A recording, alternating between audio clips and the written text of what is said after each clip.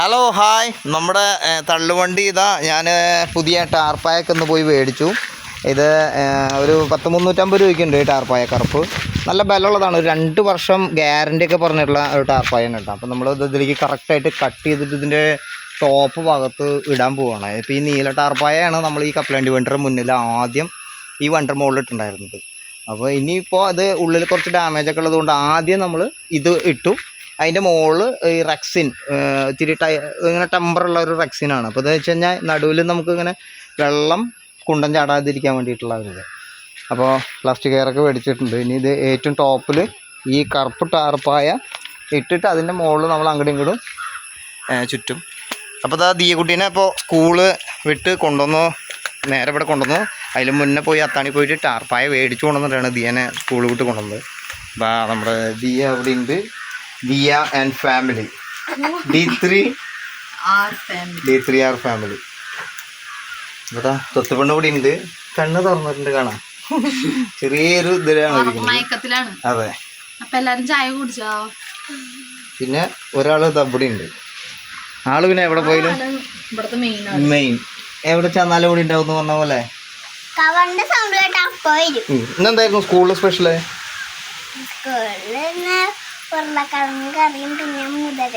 ബിരിയാണി ഇല്ലേ? ഏതൊക്കെ ദിവസം ബിരിയാണി? ഏതൊക്കെ ദിവസം ബിരിയാണി ഉള്ളത് പറഞ്ഞിട്ടില്ലല്ലേ?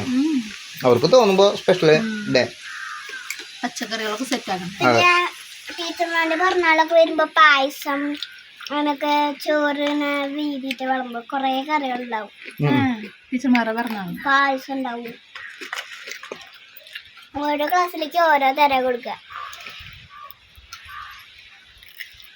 വണ്ടി സെറ്റാക്കിക്കൊണ്ടിരിക്കുകയാണ്. ഇനി പെയിന്റിങ് കൂടി ഉണ്ട് അല്ലേ? ഇന്ന് ചേട്ടൻ വേറൊരു ആവശ്യത്തിന് വേണ്ടി പോയേക്കായിരുന്നു ചേട്ടൻ്റെ കൂടെ. അതുകൊണ്ട് ഇന്ന് അടിക്കാൻ പറ്റിയില്ല. പഠിക്കും. ഇന്ന് നമ്മുടെ ഒരു വല്യമ്മയുടെ ചേട്ടനുണ്ട്. ആൾക്ക് പുറത്തൊരു വേദന എന്ന് പറഞ്ഞപ്പോൾ എൻ്റെ കൂടെ ഹോസ്പിറ്റലിൽ വരെ ഒന്ന് വരാൻ പറ്റുമോ പറഞ്ഞപ്പോൾ അങ്ങനെ കാലത്ത് പെയിൻ്റ് അടിക്കാൻ വേണ്ടിയിട്ട് ഇങ്ങനെ ഇരിക്കുന്ന ഒരു സമയത്താണ് ഹോസ്പിറ്റലിലേക്ക് ഉണ്ടോ എന്ന് ചോദിച്ചത്. അപ്പോൾ പിന്നെ ചെറിയൊരു മഴ കാലത്ത് ചാറി. അപ്പോൾ പിന്നെ എന്തായാലും പെയിൻ്റ് അടിക്കാനും പറ്റില്ലല്ലോ. എന്നാൽ നമുക്ക് പോകാമെന്ന് പറഞ്ഞു ചേട്ടൻ. അങ്ങനെ ആളുടെ കൂടെ പോയി ഡോക്ടറെ കാണിച്ചു.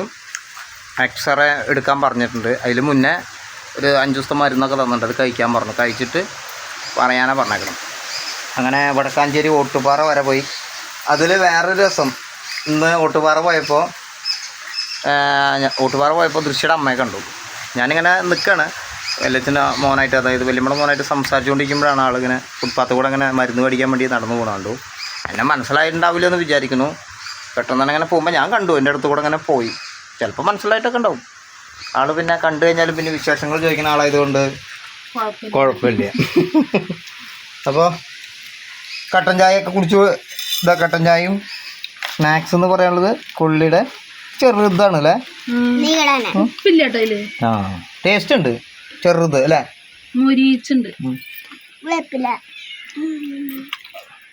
പിന്നെ മിച്ചറും. അപ്പോൾ നമ്മുടെ ഫാമിലി വ്ളോഗിൽ നമ്മുടെ പാർട്ട് 6 പാർട്ട് 6 ഭാഗം കുറച്ച് കഴിഞ്ഞിട്ട് ഇടാമെന്ന് വിചാരിക്കുന്നു. അപ്പോൾ ഇവിടെ അന്തരീക്ഷം എങ്ങനെയാണെന്ന് നമുക്കറിയില്ല, അതുകൊണ്ടാണ്.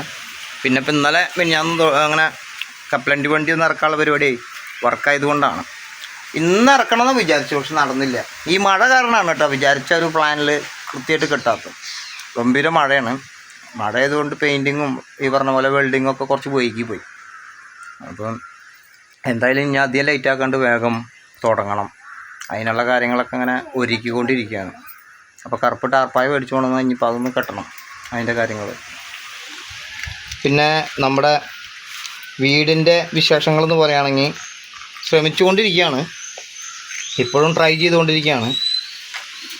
എൻജിനീയറിനെ വിളിച്ചിട്ട് നമ്മളിപ്പോൾ ഒന്ന് സംസാരിച്ചു. അപ്പോൾ ആൾ അവിടെ നിന്ന് നമ്മൾ കൊടുത്തിട്ടുള്ള പ്ലാനും കാര്യങ്ങളൊക്കെ വരച്ച് മുനിസിപ്പാലിറ്റി ഓഫീസിലേക്ക് ആൾ ഇന്ന് വൈകിട്ട് ഫോർവേഡ് ചെയ്യുമെന്നൊക്കെ പറഞ്ഞു. അതായത് ഇന്നൊരു 5 മണിയുടെ ഉള്ളിൽ ആൾ ഫോർവേഡ് ചെയ്യും.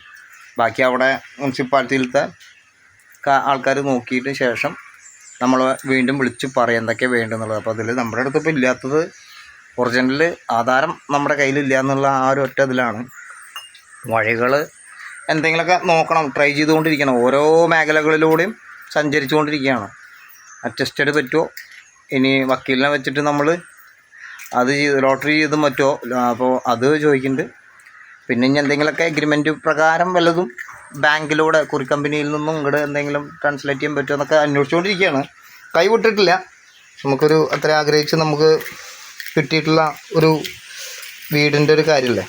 അപ്പോൾ 4 ലക്ഷം രൂപയാണെന്നുള്ളതാണ് എൻ്റെ ഒരു ബഡ്ജറ്റ് എനിക്ക് തോന്നണത്. അപ്പോൾ കിട്ടണത് നമ്മൾ എന്തായാലും പരമാവധി കളയാതെ നോക്കണം. ദിയയ്ക്ക് ഒരു നല്ലൊരു റൂമൊക്കെ പണിത് കൊടുക്കണം. അവിടെ ടോയ്സൊക്കെ വെക്കണം അല്ലേ. പിന്നെ മെയിനായിട്ട് ദിയ ഇന്നലെ പറഞ്ഞത് ഒരു ബുക്കുകളൊക്കെ വയ്ക്കാനുള്ള ഒരു സ്റ്റഡി എന്ത് പറയാനാ സ്റ്റഡി ഏരിയ സ്റ്റഡി ടേബിൾ പോലെയാണോ? കള്ളിയായിട്ട് റാക്ക് പോലെ അവൾക്ക് ബുക്കുകളൊക്കെ വെക്കാനാവും. അത് പറഞ്ഞിട്ടുണ്ട് ഒരു അങ്ങനെ ഒരു സെറ്റ് ആയിക്കോളും. ഓരോ വീഡിയോസിലൊക്കെ കണ്ടിട്ടാളേ കൊറേ ആഗ്രഹങ്ങളും പറയുന്നുണ്ട്. അതൊക്കെ ശരിയാക്കി കൊടുക്കണം.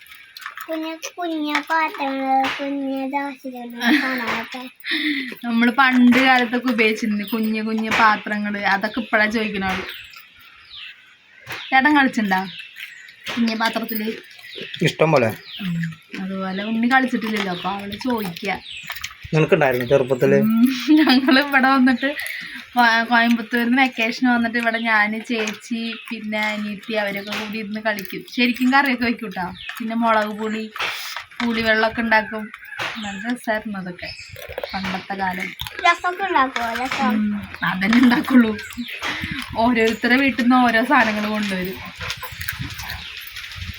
അങ്ങനത്തെ ഒരു കാലഘട്ടം. ഇന്ന് കുറച്ച് വെയിൽ ഉച്ച കഴിഞ്ഞിട്ട് പ്രാന്തായ പോലെ കുറച്ച് വെയിൽ വന്നിട്ടുണ്ട്. അപ്പോൾ കുറച്ച് തുണികളൊക്കെ വേഗം തിരുമ്പിയിട്ടത് അകത്ത് അവിടെ ഇവിടെ കിടക്കണമെന്നൊക്കെ വേഗം എടുത്ത് പുറത്തേക്ക് കിട്ടും. ചെറുതായിട്ടൊന്ന് ഉണങ്ങി കിട്ടിയിട്ടുണ്ട്. ചിലപ്പോൾ ഇനി ഗംഭീര ഒരു മഴ വരാനുള്ള ചാൻസ് ഉണ്ട് തോന്നുന്നു. അതാണ് അന്തരീക്ഷം മാറിക്കൊണ്ടിരിക്കുന്നത്. കാലത്ത് ചെറിയ വെയിൽ, പിന്നെ മഴ, പിന്നെ വെയിൽ. തുണികളൊക്കെ തിരുമ്പിട്ടതൊക്കെ ഉണങ്ങി കിട്ടി. ഒന്നും ശരിക്കും ഉണങ്ങിയിട്ട്. പിന്നെ ഇവിടെയൊക്കെ വെയിൽ കുറവാണ്. അതുകൊണ്ട് എല്ലാ സ്ഥലത്തൊക്കെ ഇട്ട് ഉണക്കി. എല്ലാ സ്ഥലത്തും ഇടാനും പറ്റില്ല. കാരണം ഉണ്ണി പെട്ടെന്ന് കരഞ്ഞു കഴിഞ്ഞാൽ എടുക്കാനും ബുദ്ധിമുട്ടാണ്. അതുകൊണ്ട് എല്ലാ സ്ഥലത്തൊക്കെ ഇട്ടിട്ട് ഉണക്കി എടുക്കുന്നുണ്ടല്ലോ. അച്ഛൻ പറഞ്ഞ പോലെ മഴയൊക്കെ ഒന്ന് കുറവാ. ഞാൻ സ്കൂളിൽ പോയിട്ട് മഴ പെയ്തിട്ടേ ഇല്ല. ഇനിയൊരു കാര്യം പറയാനുള്ള വെച്ചാൽ കൊറോണ വന്ന സമയത്ത് എല്ലാവരും ഭയങ്കരമായിട്ട് വിചാരിച്ച വർക്കുകളൊക്കെ കയ്യിൽ നിന്ന് പോയപ്പോൾ അങ്ങനെ കൊറോണ കഴിഞ്ഞിട്ട് ഇറങ്ങിയിട്ടുള്ള ഒരു പരിപാടിയാണ് ഈ കപ്പലണ്ടി എന്ന് പറഞ്ഞിട്ടുള്ള ഒരു ബിസിനസ്. അപ്പോൾ നമ്മൾ ചെറുപ്പത്തിൽ 10ാം ക്ലാസ്സിൽ പഠിക്കുന്ന സമയത്ത് ഞങ്ങളുടെ വീടിൻ്റെ അടുത്തൊരു സിനിമാ തിയേറ്റർ ഉണ്ട്, ജിജോ സിനിമാ തിയേറ്റർ. ആ ഒരു സിനിമാ തിയേറ്ററിൽ ഇൻ്റർവെല്ലാകുമ്പോൾ തിയേറ്ററിൻ്റെ മുന്നിൽ ഈ ബക്കറ്റിൻ്റെ വലിയ മുടി ഉണ്ടല്ലോ, വലിയ മുടിയിൽ വീട്ടിൽ നിന്ന് അമ്മ കപ്പലണ്ടി, ഞങ്ങളുടെ നിർബന്ധപ്രകാരം അമ്മ ഞങ്ങൾക്ക് കപ്പലണ്ടി വറുത്തിട്ട് ചെറിയ പാക്കറ്റിൽ ഞാനും എൻ്റെ അനിയനെയും കൂട്ടിയിട്ട് ഞങ്ങളിങ്ങനെ മെഴുകുതിരിയൊക്കെ വെച്ചിട്ട് ആ ബക്കറ്റ് മുടിയുടെ നടുവിൽ മെഴുകുതിരി വെച്ചിട്ട് ചുറ്റും കപ്പലണ്ടിയൊക്കെ ഇട്ടിട്ട് പച്ച കപ്പലണ്ടി കുറച്ച്, അതായത് പച്ചപ്പട്ടാണി ഗ്രീൻ പീസിൻ്റെ കപ്പലണ്ടി, പിന്നെ ഇതും നമ്മുടെ സാധാരണ കപ്പലണ്ടിയും കൂടിയിട്ട് അങ്ങനെ 2 രൂപയുടെ പാക്കറ്റ് അന്ന് വിറ്റിട്ട് ഞങ്ങൾക്ക് അത്യാവശ്യം കാശൊക്കെ ഞങ്ങൾക്ക് കിട്ടി. എനിക്കിന്നും ഓർമ്മയില്ല. ആദ്യത്തെ ദിവസം ഞങ്ങൾക്ക് എല്ലാം കൂടി കണക്ക് കൂട്ടിയപ്പോൾ അന്ന് 300 രൂപ കിട്ടി 2 രൂപയുടെ കപ്പലണ്ടി വിറ്റിട്ട്. അപ്പോൾ എത്ര പാക്കറ്റ് വിറ്റിട്ടുണ്ടെന്ന് നിങ്ങൾക്ക് അറിയാമല്ലോ. അപ്പോൾ അന്ന് അങ്ങനെ ചെയ്തിട്ട് ഞങ്ങൾ സ്കൂൾ ഫീസ് അടച്ചിട്ടൊക്കെ പരീക്ഷ കാര്യങ്ങളൊക്കെ എഴുതലും അങ്ങനെ മറ്റുള്ള ഓരോരോ കാര്യങ്ങളൊക്കെ മെയിൻറ്റെയിൻ ചെയ്തിട്ടുണ്ട്. അപ്പോൾ അമ്മയും അച്ഛനൊക്കെ പറഞ്ഞിട്ടുണ്ട്, എന്തിനാണ്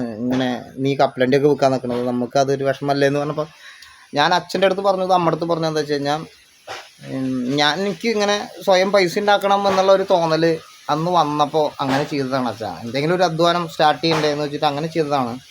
16 പൈസ എനിക്ക് തന്നു. അപ്പോൾ അവിടെ നിന്നാണ് പിന്നെ ഞാൻ 10ാം ക്ലാസ് കഴിഞ്ഞ് ITC പഠിച്ച് കഴിഞ്ഞിട്ട് പിന്നെ +1 +2 പഠിച്ച് ആ സമയത്താണ് മാമൻ്റെ കൂടെ ഞാൻ പേപ്പർ മണിയും കാര്യങ്ങളൊക്കെ പഠിച്ചത്. അപ്പോൾ നമ്മൾ മുന്നേ വീഡിയോയിൽ പറഞ്ഞിട്ടുണ്ട്. അപ്പോൾ ഇന്നിപ്പോൾ കൊറോണയ്ക്ക് ശേഷം ഈ ഒരു സമയത്ത് ഇനിയും കൃഷിയൊക്കെ ആയിട്ട് ജീവിക്കുന്ന സമയത്ത് സാമ്പത്തികമായിട്ട് നമ്മൾ പഠിച്ച വർക്കുകളും ഇല്ല, നമ്മൾ എറണാകുളത്ത് നിന്ന് വന്ന ജോലിയും നമ്മുടെ കയ്യിൽ നിന്ന് മിസ്സായ ഒരു ടൈം. അപ്പോൾ അങ്ങനെ കപ്പലണ്ടി ചട്ടി എടുത്തിട്ട് വീണ്ടും കുറച്ച് കപ്പലണ്ടി വറുത്ത് കൊടുത്താലോ എന്നുള്ളൊരു തോന്നലാണ് ഉത്സവങ്ങൾക്ക് സ്റ്റാർട്ട് ചെയ്തത്. ആ ഒരു പൂരക്കച്ചവടം സ്റ്റാർട്ട് ചെയ്തത്. പിന്നെ അവിടുന്ന് കപ്പലണ്ടി ഒരു വർഷം പൂരക്കച്ചവടത്തിന് നടന്ന് 2ാമത്തെ വർഷം ഞാൻ കപ്പലണ്ടി മാറ്റി പിടിച്ചിട്ട് ഞാൻ ചന മസാല, ആ ഒരു ചാറ്റ് മസാല, ചന മസാല എന്ന് പറയുന്ന ആ ഒരു ഇതിലേക്ക് കടന്നു. അപ്പോൾ 10 രൂപയുടെ പാക്കറ്റ് കപ്പലണ്ടിയിൽ നിന്ന് നമുക്ക് കിട്ടുന്നേക്കാൾ ലാഭം നമുക്ക് 50 രൂപയ്ക്ക് ഒരു പ്ലേറ്റിന് ചന മസാല കൊടുക്കുമ്പോൾ കിട്ടി. അത്യാവശ്യം സേവ് ചെയ്യാൻ പറ്റിയ ഒരു ഉത്സവം കഴിയുമ്പോഴേക്കും, ഒരു സീസൺ കഴിയുമ്പോഴേക്കും അത്യാവശ്യം കാശുണ്ടാക്കാൻ പറ്റി.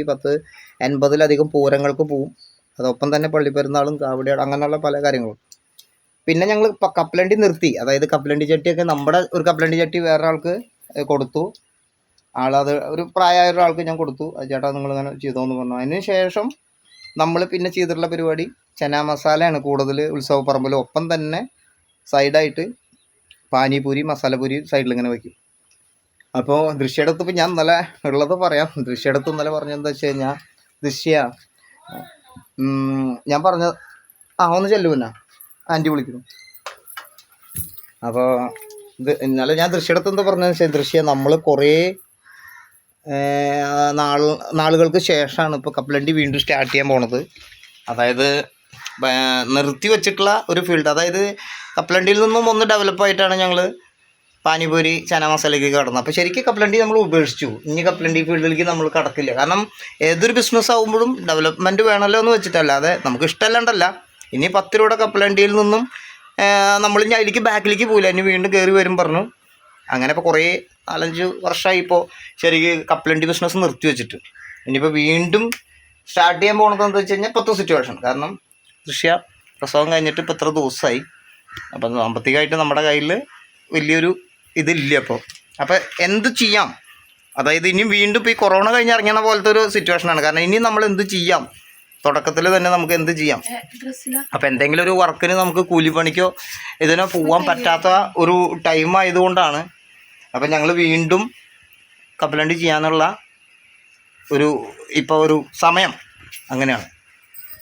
അപ്പോൾ ഇഷ്ടമല്ലാണ്ടല്ല, നമ്മൾ നിർത്തി വെച്ചിട്ടുള്ളൊരു പരിപാടി വീണ്ടും സ്റ്റാർട്ട് ചെയ്യണം. അപ്പോൾ അതാ ഞാൻ പറഞ്ഞത്, നമ്മുടെ മസാലപൂരി, പാനിപൂരിയുടെ വണ്ടിയാണ് ഇപ്പോൾ ഈ കാണുന്നത്. ആ വണ്ടിയിലാണ് ഇപ്പോൾ നമ്മൾ വീണ്ടും കപ്പലണ്ടി വണ്ടി ക്രിയേറ്റ് ചെയ്യുന്നത്. അപ്പോൾ അതിൻ്റേതായ വ്യത്യാസം ആ വണ്ടിക്കുണ്ട്. പക്ഷെ കുഴപ്പമില്ല, ഞങ്ങളെന്തായാലും ഇനിയിപ്പോൾ ഇതിന്ന് കിട്ടുന്ന ഒരു റവന്യൂ, അതായത് കപ്പലണ്ടി എന്തോരം നമുക്കിവിടെ സെയിലാവും എന്നുള്ളത് അറിയില്ല. 10 ആൾ കൂടുന്നവിടെ സെയിൽ നടക്കണ പോലത്തല്ല. അപ്പോൾ നമ്മളിത് റണ്ണിങ് ഏരിയ ആണ്. കാരണം ഓരോ ആംഗിളും ഓരോ ഏരിയകളിലും ഓരോ കച്ചവടക്കാർ സ്ഥിരമായിട്ടുണ്ടാവും. അപ്പോൾ നമ്മൾ പെട്ടെന്ന് ചെന്നിടുമ്പോൾ അവർക്ക് ഇഷ്ടാവില്ല.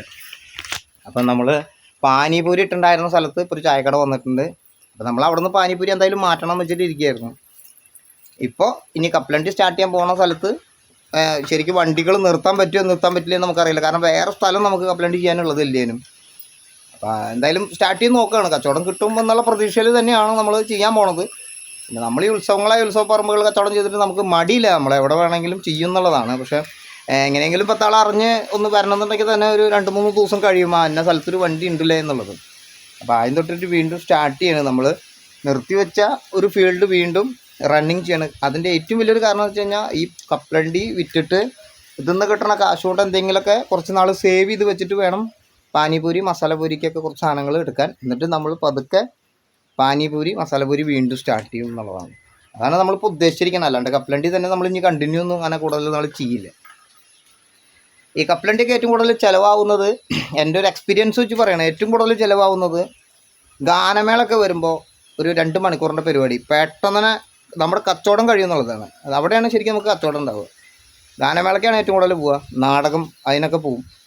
നമ്മൾ ഏറ്റവും കൂടുതൽ കപ്പലണ്ടിയുടെ ഒരു ചിലവ് വരുന്ന ഒരു ഏരിയയാണ് നമ്മൾ പറഞ്ഞത്. അവിടെയാണ് ശരിക്കും നമുക്ക് നല്ല കച്ചവടം കിട്ടുക.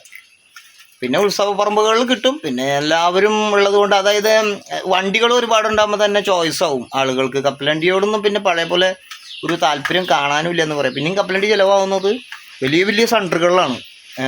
അങ്ങനെ തൃശ്ശൂർ അല്ലെങ്കിൽ വടക്കാഞ്ചേരി ഇങ്ങനത്തെ വലിയ ഓരോ ഏരിയകളിലും ഓരോ സെൻറ്ററിലാണ് കൂടുതൽ. അതിനെ സ്ഥിരമായിട്ട് അവരവിടെ ഇടുന്നവരാവും. അങ്ങനെയുള്ളവർക്ക് സ്ഥിരം കസ്റ്റമേഴ്സ് ഉണ്ടാവും.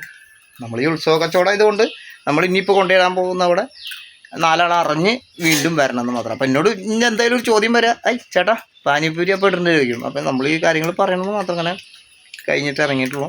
കുറച്ച് ദിവസം കഴിഞ്ഞ് നമ്മൾ സ്റ്റാർട്ട് ചെയ്തിട്ടോന്ന് പറയണം. അപ്പോൾ എന്തായാലും പ്രാർത്ഥിക്കുക എല്ലാവരും. Okay, thank you. ഓക്കെ അല്ലേ?